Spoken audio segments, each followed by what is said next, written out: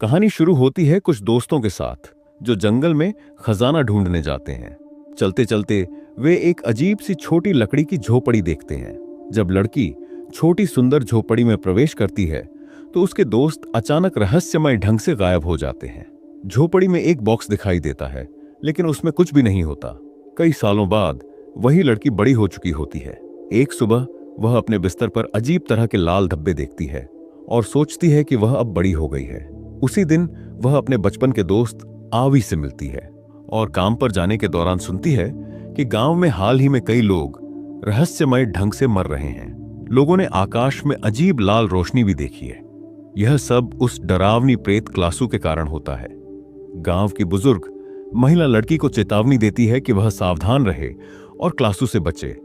रात में लड़की अपने घर के दरवाजे और खिड़कियों को बंद कर देती है, लेकिन सपना देखकर उसे वही बॉक्स याद आता है। अगले दिन वह उठती है और पाती है कि उसका कमरा अस्त व्यस्त है और बिस्तर पर फिर से खून के धब्बे हैं। उसके शरीर में भी अजीब दर्द महसूस होता है। उसे शक होता है कि यह सब उसी बॉक्स की वजह से हुआ है।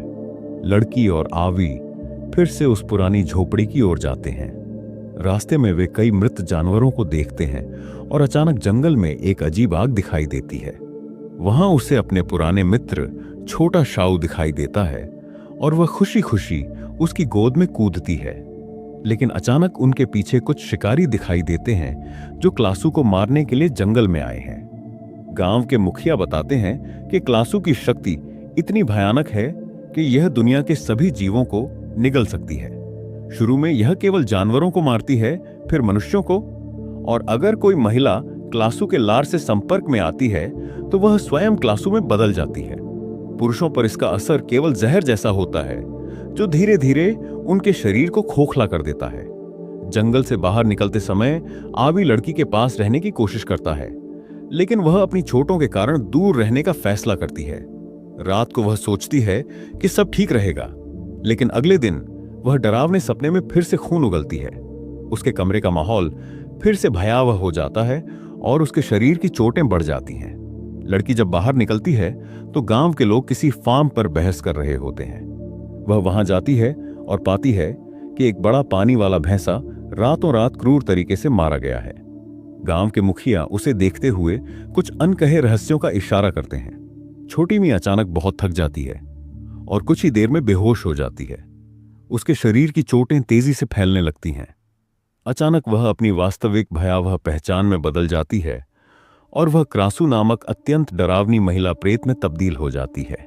कुछ ही समय में वह एक नवजात शिशु को उठा लेती है। शिशु के माता पिता डर के मारे बाहर भागते हैं और शिकारियों की टीम से मदद मांगते हैं। जल्द ही वे हवा में उस शिशु के सिर को देखते हैं, लेकिन उसे रोक नहीं पाते। उसी समय अवय शिशु को लेकर प्रकट होता है। वहीं जंगल में शिकार कर रहे छोटा श्वाई को भी हवा में लाल रहस्यमय रोशनी दिखाई देती है। जिज्ञासा में वह तुरंत उसका पीछा करती है। रोशनी का स्रोत अचानक छोटी मी के घर तक पहुंचता है। छोटा श्वाई खिड़की पर चढ़ता है और वह नजारा देखकर हैरान रह जाता है। जब छोटी मी जागती है और छोटा श्वाई के चौंकते चेहरे को देखती है तो उसे सब कुछ समझ में आ जाता है। पर छोटा श्वाई फिर भी इस घटना को किसी को नहीं बताता और छोटी मी के लिए एक बड़े ज्ञानी को बुलाता है। ज्ञानी उसे बताता है कि क्रासू असल में एक जादूगरों की जोड़ी थी। जादू में असफलता के कारण उन्होंने अपना मानव रूप खो दिया और दुष्ट प्रेत में बदल गए। महिला का नाम क्रासू और पुरुष का नाम क्रालांग था। वे पहले एक प्रेमपूर्ण जोड़ा थे, लेकिन क्रासू ने एक मानव से प्रेम कर लिया। जब क्रालांग को यह पता चला तो उसने क्रासू को मारने की कोशिश की, जिससे दोनों में गहरा वैमनस्य पैदा हो गया। क्रासू क्रालांग जितनी क्रूर नहीं थी, वह आमतौर पर मनुष्य को नुकसान नहीं पहुंचाती, केवल मवेशियों को डराती थी। ज्ञानी की बात सुनकर छोटा श्वाई ने तय किया कि वह अपनी तरह से छोटी मी की रक्षा करेगा। जब भी छोटी मी बाहर उड़ती है, वह उसे भोजन और सुरक्षा उपलब्ध कराता है। दोनों के बीच धीरे धीरे घनिष्ठता बढ़ती है। ज्ञानी से छोटा श्वाई को पता चलता है कि क्रासू घास नामक एक दुर्लभ पौधा है जो क्रासू के परिवर्तन को रोक सकता है। इस बीच एक छोटी लड़की क्लिनिक में गलती से छोटी मी का पानी पी लेती है और घर लौटने के बाद उसका शरीर अजीब तरह से बदलने लगता है। गांव के मुखिया ने तुरंत घटना का पता लगाया और आदेश दिया कि लड़की को मार दिया जाए। उसकी मौत के बाद मुखिया ने उसका हृदय निकाल लिया और उसका रहस्यमय हंसना दिखाया। अगली सुबह उन्होंने लड़की का अंतिम संस्कार जंगल में किया। मुखिया को पता चलता है कि लड़की अस्पताल गई थी और उसका चेहरा भयावह दिखने लगा। छोटी मी को एहसास होता है कि उसकी वजह से लड़की मरी और वह खुद को दोषी महसूस करती है। अब उसे केवल क्रासू घास ढूंढकर आगे के दुखद मामलों को रोकना है। छोटी मी को याद आता है कि जब वह असहज महसूस करती थी, उसे बचपन की यादें और भ्रम दिखाई देते थे। वह अनुमान लगाती है कि क्रासू घास उसी पुरानी झोपड़ी के पास होगी। छोटा श्वय उसे जंगल में ले जाता है और सचमुच उन्हें क्रासू घास मिल जाती है। लेकिन उनकी खुशी ज्यादा देर नहीं टिकती, क्योंकि मुखिया अपने लोगों के साथ वहां पहुंच जाता है। छोटा श्वाय छोटी मी को सुरक्षित निकालता है और खुद समय खींचता है। छोटी मी वापस उस पुरानी झोपड़ी में जाती है और वही संदूक देखती है।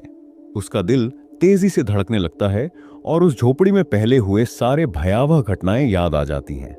अचानक वह पूरी तरह बदल जाती है। इसी समय शिकारियों की टीम झोपड़ी में पहुंचती है, पर वे अंदर देखकर ठिठक जाते हैं। अंत में केवल मुखिया और अवे ही झोपड़ी से बच पाते हैं और पूरे सच को गांव वालों को बताते हैं। गांव वाले तुरंत हथियार उठाकर छोटी मी के घर पहुंचते हैं, पर वहां छोटी मी पूरी तरह शांत होकर बाहर आती है और कहती है कि यह झूठा समाचार मुखिया ने फैलाया ताकि वह उसे परेशान कर सके। मुखिया गुस्से में आग बबूला हो जाता है और अव्वे से सत्य बताने को कहता है, लेकिन अव्वे, जो हमेशा छोटी मी से प्यार करता रहा है, सच नहीं बोल पाता। गुस्से में मुखिया उसके पिता का अपहरण कर लेता है और मौके का फायदा उठाकर वहां से भाग जाता है। रात को जब अवे घर लौटता है तो मुखिया उसके पीछे प्रकट हो जाता है। उसी रात अवे का शरीर अजीब तरह से बदलने लगता है, क्योंकि मुखिया वास्तव में क्रालांग है। जो भी उसके काटे गए होते हैं, उनका शरीर धीरे धीरे परिवर्तित होने लगता है।